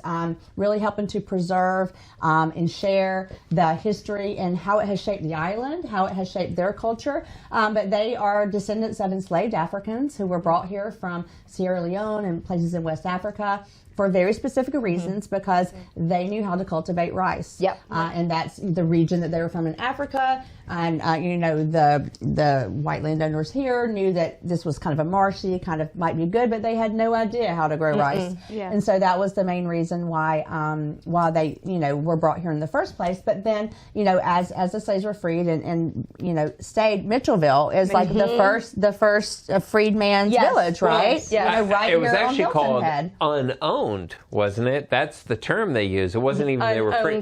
They were unowned. Unowned. Yeah. Yeah, so it was like that's like what a time period that was, right? Like they were unowned and they were in the middle of this whole war. And they were given land, but then weren't deeded land. And so we deal with heirs' rights and things now. To this day. Because people ask that question all the time. It was my great-grandfather's land, but I don't have a deed because it was just given to them. And they can't sell it. They can't approve it and all these things. And so, but one of the things things that I love to share and have our Gullah elders share with the children is about the arts and culture, the foodways, the sweetgrass baskets, and why that's part of the culture and how it binds into our culture now in our coastal community in the Lowcountry and all up and down this Lowcountry area. And their storytelling and their music. The storytelling, the music, the storytelling, their language is a dialect that's sort of a combination of the African and the English, sort of like a Creole, like kind of a language. But to this day, so many of the children in our schools are Gullah descendants. Yes, They're Gullah. And they don't even know or realize. You've got friends that are Gullah, Ashley right? has friends that are Gullah. It's so fun to bring Gullah artists, Gullah storytellers into the schools because like, my grandma talks like that. Because they have a specific accent, right? Because it was for a long time something that you hid, something that was shunned, something that had a negative aura about it to be Gullah, and now we really people wear like a badge. It's like it is. Yeah. And, that's what I appreciate about we Hilton help Head. us, the rest of the community who aren't Gullah, to help them embrace that and to make that fit and not to hide it away, but to celebrate it because it's a beautiful culture. So many of the things that they brought, the symbols and things on the textiles and the baskets and jewelry and I mean so many things that are just beautiful, and we're helping to preserve that in the Art Center. So every year we hire Gullah elders to go into the schools to teach sweetgrass basket weaving, to expose the kids to that, because the thing is, we're running out of people who want to do it. The kids are on video games. The kids are on Snapchat. The kids don't want to sit around and spend 3 weeks making a basket. It takes a long time to make a sweetgrass basket. It's a very intricate craft. So what we want to do is just expose the kids to it. And the great thing about it is we work closely with Michael Smalls and Dino Badger, who we love, and go into these schools and work with the kids year after year. But they're like, we don't, you deal with this in a lot of Native American cultures where they don't want to teach their art to outsiders, to our Catawba, our Native Americans that have reservations up near Rock Hill. We live right by very that. particular about sharing what they do with their clay, where they get the clay from, how they make their pots. They don't want to share it with outsiders. And we've had a hard time finding teaching artists to come teach the children about it because they have so many kind of bylaws in their own culture that you don't share that with outsiders. You only pass it to your own. And so lots of indigenous cultures kind of feel that way. But Michael and Dino are like, we don't care who. Someone needs the legacy. Someone needs to keep this craft going. And I don't care if they're Gullah or not, which is beautiful about it, so that we don't have that barrier of this has to only be for Gullah people, It's learning about it and learning the craft of it like any other art form, So, so we're lucky to have that in storytellers and gospel choirs and all kinds of people. We want to do a show on the Gullah. We're definitely we're going to do the Gullah history and a show. Well, because to your point, what I love about it is Hilton Head embraces it and shines the light on it. It's our history. It is. It's our history. And they won't let it be erased. No. Right? Like you can imagine developers going, how do we get our hands on this, right? And they would bless you. No worries. Edit. Cut. But no, I love that because and for people who are looking in the area, because that's the one thing that they'll ask all the time. Why is this here? What is that all about? And then you start telling them, and unlike other areas who'd be focused on the development, focused on the economics. We're focused on the heritage. That's right. And our town has this Office of Cultural Affairs that wasn't always there. Okay. And so that has sort of had made such a big difference on Hilton Head in our community. Them, saying we're going to mark this off, we're going to preserve this, we're going to make signage about it. We're going to make sure that this voice is heard and that this legacy is heard and kept and not hidden away, under a development somewhere. Sculpture, bike tours, walking trails. Oh my gosh, the Lantern Parade. Yes. This Office of Cultural Affairs does so much. Oh, we can't wait. And I just got an email yesterday. What kind of lanterns do I need to order? We're already working on it. We were the first one. So let's talk about the Lantern Parade because it's obviously art related. Yes. You guys didn't create it, correct? No, that's the town? The town created it. So Natalie Harvey and Robin Swift are the two that run the Office of Cultural Affairs with others also. But they They Jim kick it off. McEwen started Jen it, right? started it. She was from Yeah, Atlanta, she and they had the started it. Beltway Lantern Parade, That's right. remember? And Yes. she's like, we need this on the beach on Hilton Oh, Head. come on. They we're kicked gonna one-up the 'em. whole thing off that's like Spoleto on Hilton Head called Crescendo. And the finale, the crescendo of Crescendo, is the Lantern Parade. So what is that to the audience To the that audience. doesn't know? It starts in October, and it really encompasses, it's a calendar like Spoleto is in Charleston. And it includes our fall show. It includes Alana's workshops to create a lantern. Yeah, because you have to for create the them. parade. I Yes. love doing that, by the way. And That's she's so got fun. adult, she's got adult, and then also children. So yes, do it. You've got to do it, and they're beautiful. But it really encompasses that whole month of different events that can be anything from visual arts to performing arts to everything, music. Right. The kickoff festival happens in Shelter Cove Park. Yeah. And it always culminates with the lantern. The lantern And parade is always in that is their November, finale. early November. It's That's for right. the finale, but everyone, it's free.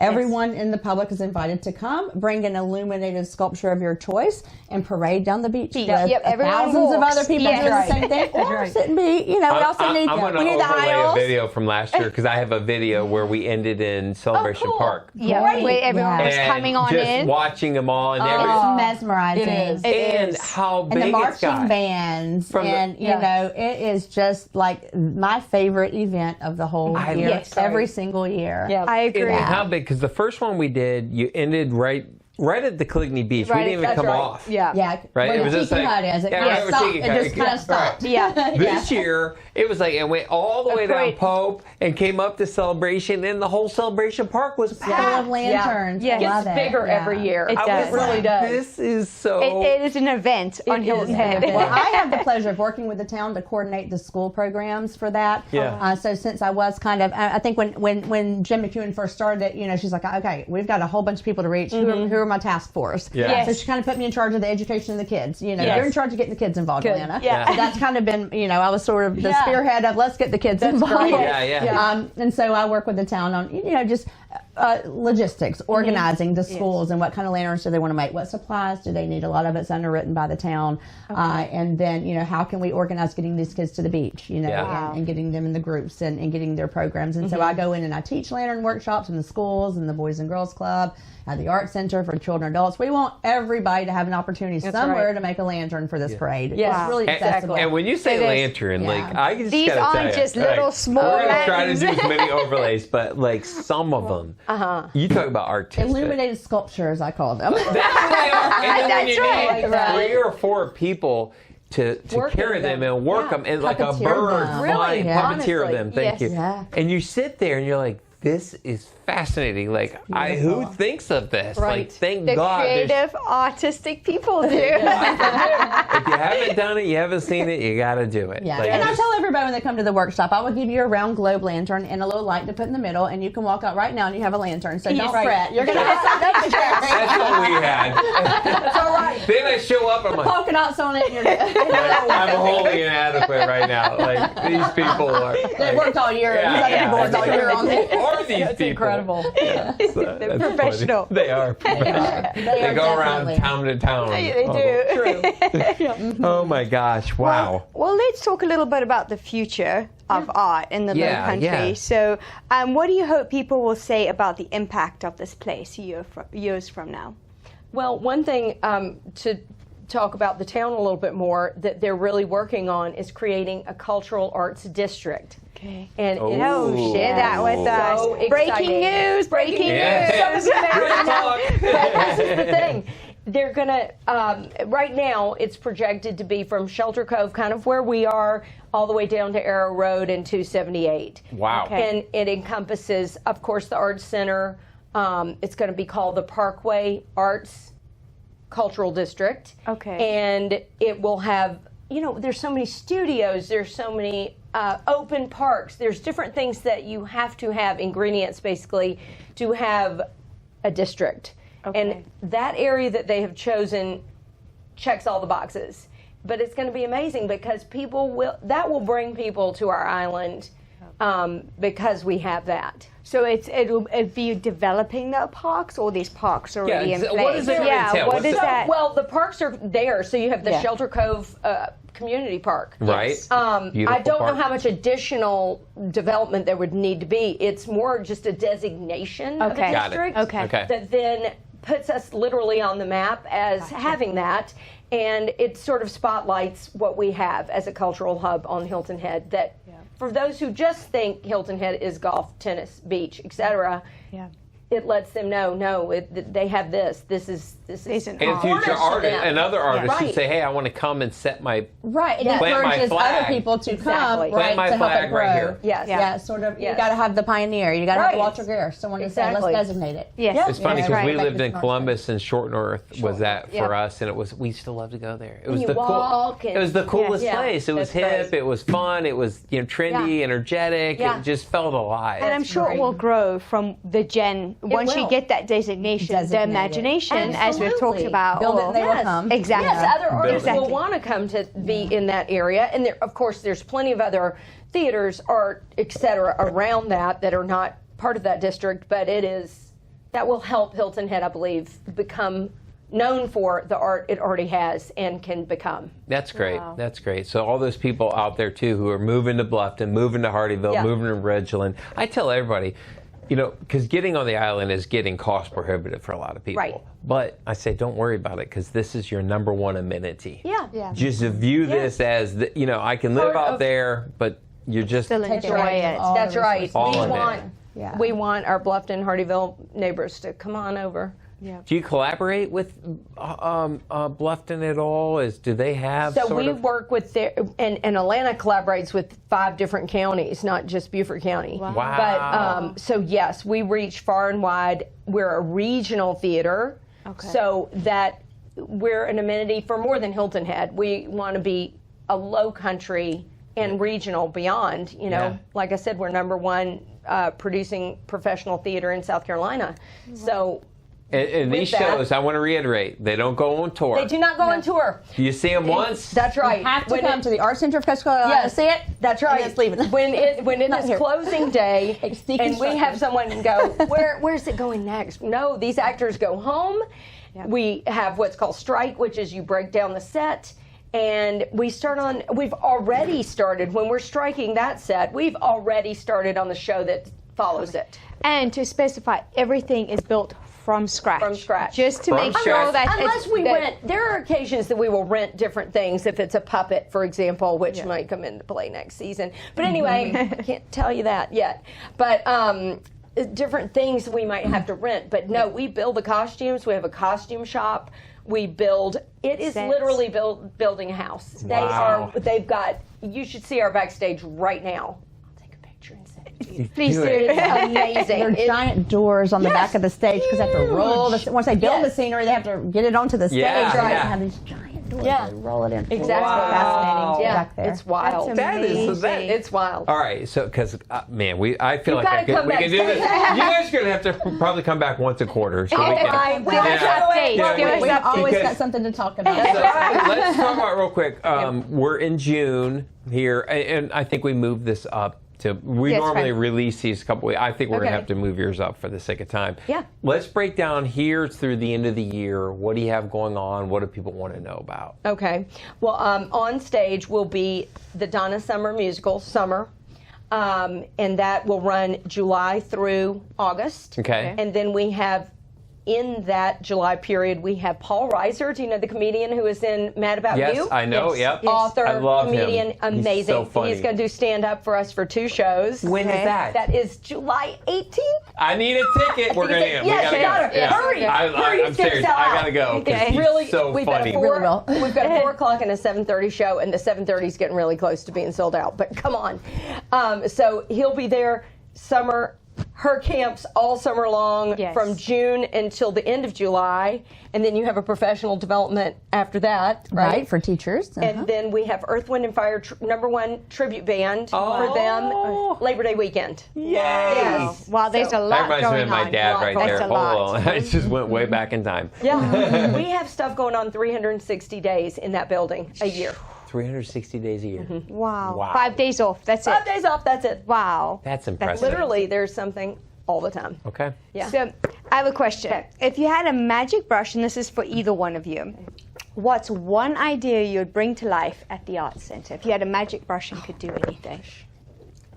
I don't know. I sort of think about like our acting intensives. Like this has been an idea that we've had pre-COVID. Yeah. You know, having some more Like for adults, theater too. classes Yeah. for children who are really interested in honing in on their craft. Yeah. You know, where it's a duration. It's 6 weeks. It's 8 weeks. It's a quarter. That's right. You know, something that's ongoing rather than a workshop or a week-long Yes. summer It's camp. It's almost like we have the tennis camps and the golf camps. You Yes. do it for theater. theater, Right, Okay. and that's something that we've planned, and then COVID, and then That's we right. couldn't. But we always keep coming back to. Yeah. Talking a little bit with Laura Bell Bundy about maybe helping us do that. That's right. So, you know, Yes. we're trying Yes. to look for those opportunities to come back. I Absolutely. think that's the one thing that, like, from my education world, that we've not yet come to realize that's kind of been out there, that's sort of a passion and something that we want to see Right. happen. Yeah. So I think for me it would probably be that, you know, just to get more of that, you know, intensive studies. Right. Yeah. Where people can really train in theater at the theater. Wow. That's wonderful. And That's adults too. Yeah. With I acting. was going to say, because do you classes. find, are there adults who come in later and say, man, I wish I missed the boat when I was younger? We've had master classes that'll be a dance class, for example, taught by the director of a show who's in town or whatnot, and acting and different things that we've done. But we like you said, COVID sort of interrupted us a little bit, and we need to get back to some of our ideas. And also, because we're a nonprofit and the economy is such that it is, all of our materials have gone up exponentially. Yeah. Exactly. Lumber, everything Yeah. we do has gone up. Housing for our actors, so when our actors come in from out of town, we house them for those 6-8 Weeks. Wow. Wow. Yeah, Yeah. so So every that's another way people can contribute. Maybe That's some of your right. viewers have a home that they're not using all Yes, year. or a second- and could donate, Exactly. a second home, donate time or space for our actors to come and Yep. enjoy So actually, their let's talk space. about that. If somebody wants to get involved anyway, financially, volunteering, offering up real estate, things like that, who would they contact? How would they do that? How would We they? have a development officer. Her name's Jan Smith. She's Okay. our senior director of development. Okay. And I would say contact her, Okay. jsmith@artshhi.com. And Doesn't our website even have an our inquiry website here? has it on there. which- We'll put an overlay Yeah, on the good. video. Okay. So if Great. you're listening to this on any of the Apple Podcasts, Spotify, or anything, go to watch it on YouTube. We'll put an overlay, and we'll also Great. put it in the description. Thank you. Yeah. Even an old car that they want to sell and they know they're only going to get $1,000 or $2,000 for it, we will take it because our actors have to have something to drive when they're here. yeah. So we constantly have a little fleet of cars that we're repairing and Tax deductible tax donations? deductible That and is so good. Yep. Okay. If you need volunteer service to We do. work on those cars, if necessary, Oh, could sure. you take that? Sure. Yeah. What Car about people cleaning. that If someone wants to build? sponsor, Cleaning. we have to That's clean right. them out before we get them to the That's next. We gotta do exactly the car right. wash. That's right. So, Yeah. because it's Everything. funny, because so many of our expenses. clients are retired. Yeah. And they get here and they do it. They get there's only so many, Margaritaville things you can do, right? It's true. And at some point you feel like I got to do something, and they have all these people wanna skills. contribute. So it's Yeah. like, if that's you, just come and give time, Right. get embedded. You know. Exactly. So many ways to give Yep. back. Yeah. So There many is. ways. And our community in general has more nonprofits per Right. square We mileage do. than like Hilton anywhere in Head. America. Yeah. We're not Really? exaggerating. Wow. We are such a giving, giving, community, and I yes. think that's sort of what sets us apart too. Exactly. Just that Yes, whole that feeling mindset. of community and that mindset of giving back and and creating something that we want to participate in means we're all going to have to chip Completely in. It takes agree. a village to do it. It does. That's because the first one of the questions we never got to was how does art and culture enrich life and fit into the beach vibe, vacation vibe? And I think that's what you just said is it. Like everybody else who's looking, they're wanting to be near the coast, the beach, right? But we're going to give you that. But that's going to get old. Yeah, if you go to the Outer Banks, if you just want that, That's right. and then you're going to sit there 8 months later going, man, I need to go somewhere. I'm bored. Where there's life. Yeah. That's what separates us. That's the difference Yeah, right there is what you just Yes. said, the culture. It's Very depth. true. Yeah. So I get a rapid fire question now. Sure, Ready? go for it. You ready? What's the one tool or supply you always have on hand, whether in the classroom, the studio, or backstage, as it relates to? Oh, a Sharpie. I've got Sharpies. You're a Sharpie. I've got Sharpies in my glove box, in my purse. I swear there's one in my purse, I'm sure. Yeah, Sharpies everywhere. That's mine. And a fresh new Sharpie. You know where the tips still are? Yes. It's really black. It's nice and black. First time you pop that cap, it's like a new box of crayons where they're all perfect. We know what you're gonna know for your birthday. There's colored Sharpies. There's metallic Sharpies. There's fine. There's bronze. I love me a good Sharpie. And I would say for the theater side of things, what immediately comes to mind is tape. So our stage manager has just shelves of every color and every thickness of tape because we have to strike out, we have to lay out the floor of our black box, which is our rehearsal space. Yeah. Okay. Like it, as if it were the stage. Yeah. That makes sense. Every color, stairs are marked. Everything. Different colors of the different scenes. Colors. It is even. beautiful. The scenery I have a moves, photo for you for that too. Yeah. But then they have to know how to translate that rehearsal space to the bigger stage. Okay. When it's ready, because you're So a building rectangle it. might represent a bookcase. Yes. But it's just a rectangle That's of right. red tape. Yeah, yes. But for blocking and staging, you've got to imagine that's a bookcase for a little while, and so you can get on stage and pretend with Exactly. the real And real thing for placing not only people but furniture, like you said, so that marks where something goes on the set. So Yeah. that would Okay. be Sharpies and tape. Sharpies and tape. Look how easy. I'm impressed. I'm just kidding. Two of those you can get at Michael's. So I have another one. What's your favorite type of creative expression when it's just for you and not work related? Like that we're doing ourselves. Yeah. Yes, That's- something that that's for your- you expresses you. For me, currently I'm learning to play guitar, and that's kind of what I do in my free Wow. time. So that's like getting away from my visual arts, which I have always done my whole life. Yes. Yeah. I wanted to learn to play in high school, and then I quit. Cool. And then as I got a little older, I decided I want to learn something that. new, and I said Spanish or guitar. Spanish, and I thought about it, and then I was like, you know what? I'm going to do guitar because I quit, and I'm going to go back and conquer it. Yeah. So Good for I'm you. super Awesome. rusty, but that's what I'm doing that's with my fun. creative energy in my free time right Good now. for Just because you. we're always learning and growing. And Yes, doing different absolutely. things. That's Yeah. the theme. Yeah. That's That's what I'm Always doing now. learning. For now. Yes. Well, what's So I cool learned is something else. you can Exactly. learn Enrique Iglesias songs and just That's sing. right. Guitar. Enrique Iglesias. She can sing in Spanish. Okay, there you go. Okay. To put the Spanish and that together. Hello, come on. Beautiful sound. Yeah. I can't choose between these two, but I do acting as well, but for camera stuff, so film or TV. And I love doing that, and I love the set and meeting new people, and the whole experience is just, it lights me up. I have a blast doing that, and have done 2 films this year so far. Wow. And then, but the other thing is, my daughter and I get involved in these screenwriting competitions called NYC Midnight, and we have the best time doing these screenwriting competitions where you have such a deadline, a time frame. Sometimes it's only 48 hours, and you have to knock out an entire story. And they give you a genre, a character, and a thing, and you have to. You can't pre-plan it. Yeah. Yeah. You cannot. Wow. And you have to, it might not be anything you want to talk about, but you have to bring this story together.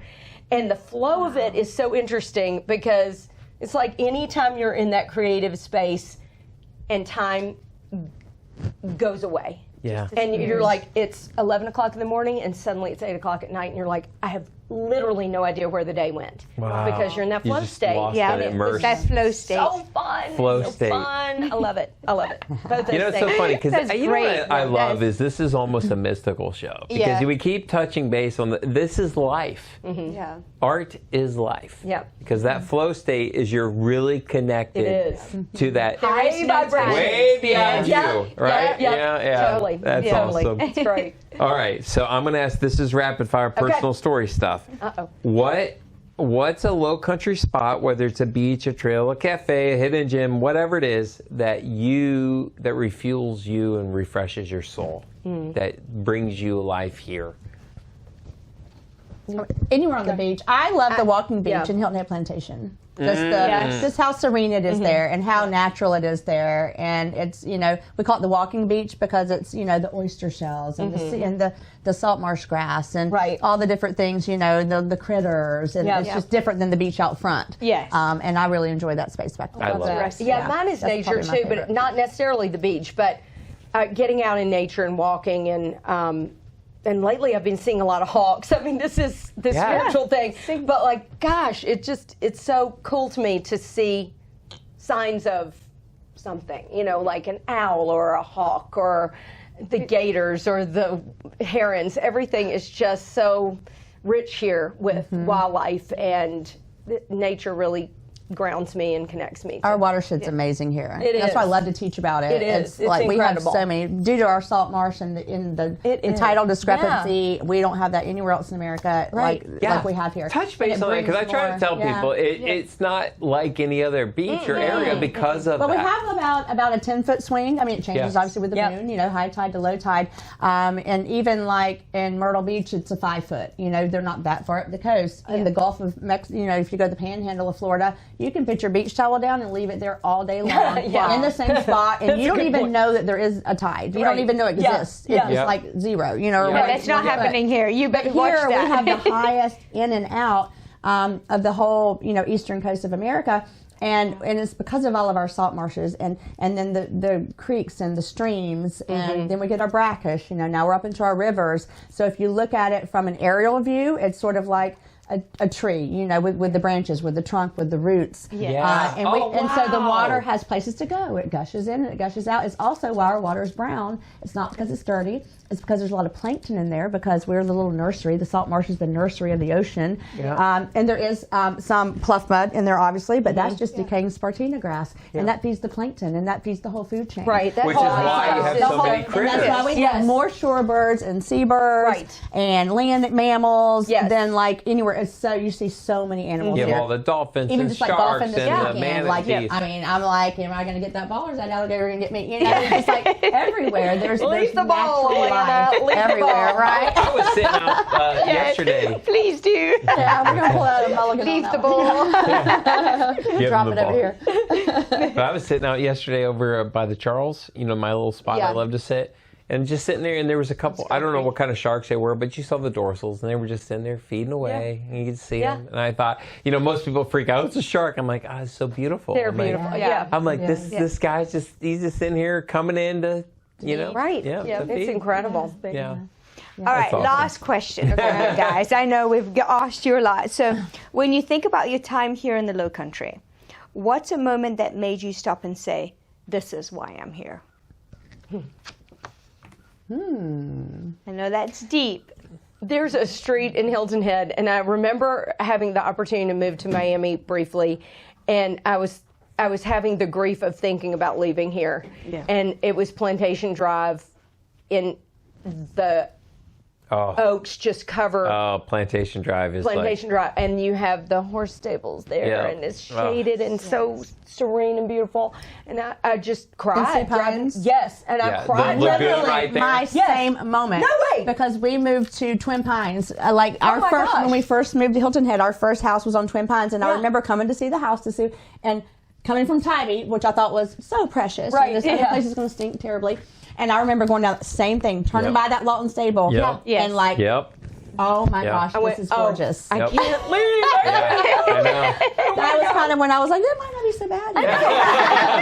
Okay. I can be convinced. That is so funny. It is, literally. It must be the prettiest place on earth. We almost bought a house down there. Remember that one? We missed did. on that one. Oh, man. That's a beautiful street. Well, thank you, ladies. This has been. Gosh. I mean, before I end up, did you have anything else? No, I mean, we just covered so a lot. if folks, you know, because what we're finding is folks are like watching these and saying, I want to get in touch. So is it okay if they get in touch with you guys if We they would have love questions? it. Absolutely. So we'll put an overlay with your contact information, pictures and everything, and they can reach out, you know, for whatever, and you'll point them in the right direction. Of course. And everything. Love that. We love it. And the other thing I would ask is, would you come back? Totally. So I really think we're trying to, we want to add more depth on an ongoing basis on things to do, how to get embedded. And I feel like this is a natural fit for the show, and we're really appreciative because I'm very touched by everything you discussed. It's really inspiring. Seasons. We have Youth Arts Month. We can do a whole episode I on Youth know. Arts We've got. Month. We can really get granular. Every season, Yeah. we've got so much more to talk I about. feel Let's do like, that. yeah, Let's do and that. if you're watching and that's something you want to, let us know. Talk about, ask us questions. Tell us what you want to see and hear, it'd be fun. because I would love to And help leave connect. a comment for us, Yeah. is what David's saying. And make sure you sub so that when you guys come back, you'll get the episodes Notifications right away. Yeah, That'd be absolutely. great. But Yeah. thank you. Good. Because this Thank has you, been guys. excellent. Yes, Yeah, it's yeah. been A lot of Our fun. pleasure. Thank you. Love being here. Appreciate Thank your you time. both. No, our pleasure. We'll talk to you guys soon then. Sounds Thanks good. for being here. Thank you. All right. Hair and makeup for this episode brought to you by Salon Celeste, where style meets sophistication. Let Victoria Gonzalez create a confident, radiant look with an expert cut, stunning color, or the perfect blowout. Book your appointment today.